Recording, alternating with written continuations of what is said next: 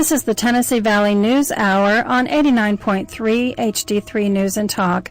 I'm Margie Birchfield with Sayuti Beltran. The Writer's Almanac is coming up at the end of our first segment, but first I have a very special interview. I'd like for you gentlemen to introduce yourselves, please. Just tell me what your name is and what you do for a living. Okay, my name is Alex Gibson. I basically am an engineer that do the data analysis on Arsenal.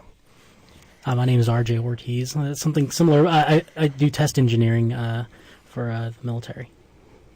RJ and Alex, congratulations on winning the Audience Choice Award at the recent Rocket City Short Film Festival. So without giving too much away, can you tell us a little bit about the film that won?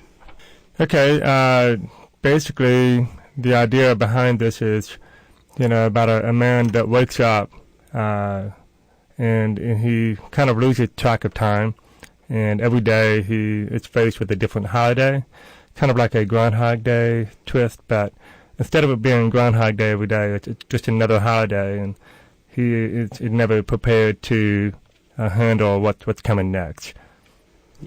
All right. So where can our listeners find your films? I know we have watched several of your films already, so we want everybody else to be able to get access to them. Okay. Well, we have a website, ibytefilms.com, IBYTE Films. You can also find us on Facebook, on YouTube, anywhere else, RJ? Yeah, y'all have your own YouTube channel. That's where I've watched them. Yeah, you can definitely get on there and see anything that we've put up, but we will link those in our website as well, kind of, space them out a little bit and say,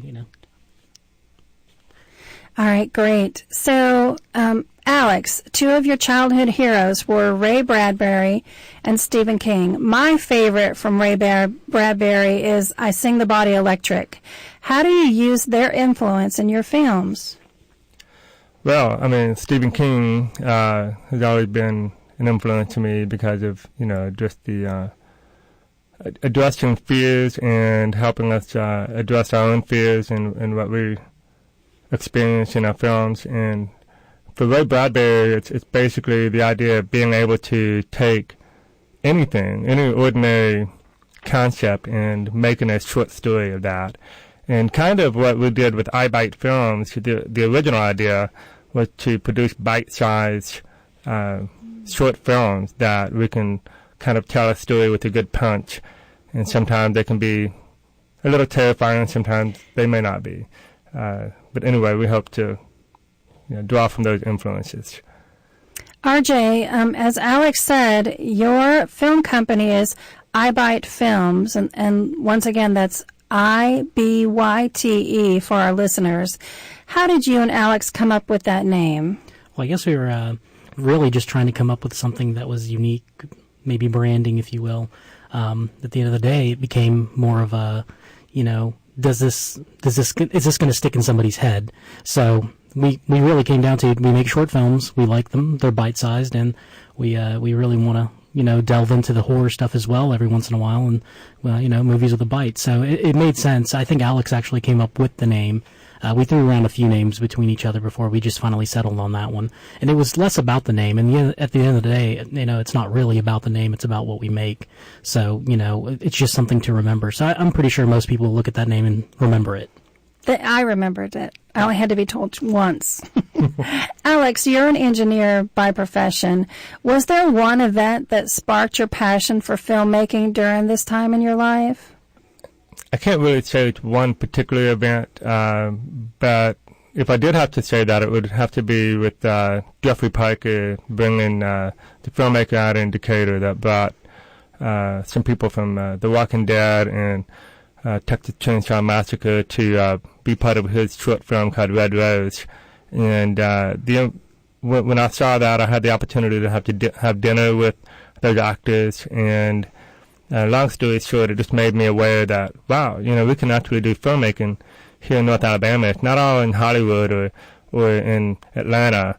And since then, it's just been a big, incredible journey to see how many people are here locally that have that interest and passion to do filmmaking. And talent. We have so much talent here in North Alabama, don't yeah, we? Definitely. It's amazing to me. Alex and RJ, what future projects should people be looking for from iBite Films, and what is your long-term goal for the company? Okay, well, as far as near term, we have a short film called Match that we've been trying to finish up. We're wrapping that right now, and that should be done very soon. Long term, we have an idea for a film. We want to call it Till the Light Dies.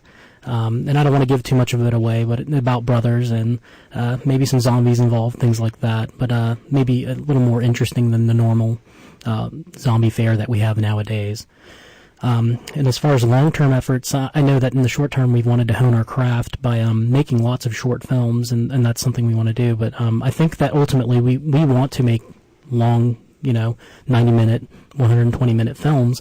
And so we got to get better at doing this by doing lots of short films. But ultimately, I think that Till the Light Dies is going to be one of those ones we, jump into and really do full 90 minutes on. So for right now, we're looking at that's our next goal, and we'll go from there once we get there. Guys, I want to thank you for joining us in the studio today. And once again, congratulations on winning the Audience Choice Award at the Rocket City Short Film Festival. We're so proud of you. And this is very timely because, we're coming up on Halloween season. And actually, Sayuri and I usually read stories and articles close to any holiday that's coming up. So I really appreciate you joining us today. We're really glad that you were here. And congratulations, and we look forward to watching many more of your films. Yes, thanks guys for coming. And also I just want to add, you listeners, please go to their website to watch their films. I was addicted to it. I just watched several one after another, and they are appropriate for young audiences as well. So, I've got 2 teenagers, and they were totally fine for them. Thanks, guys. Thank you for having us. Yeah, thank you.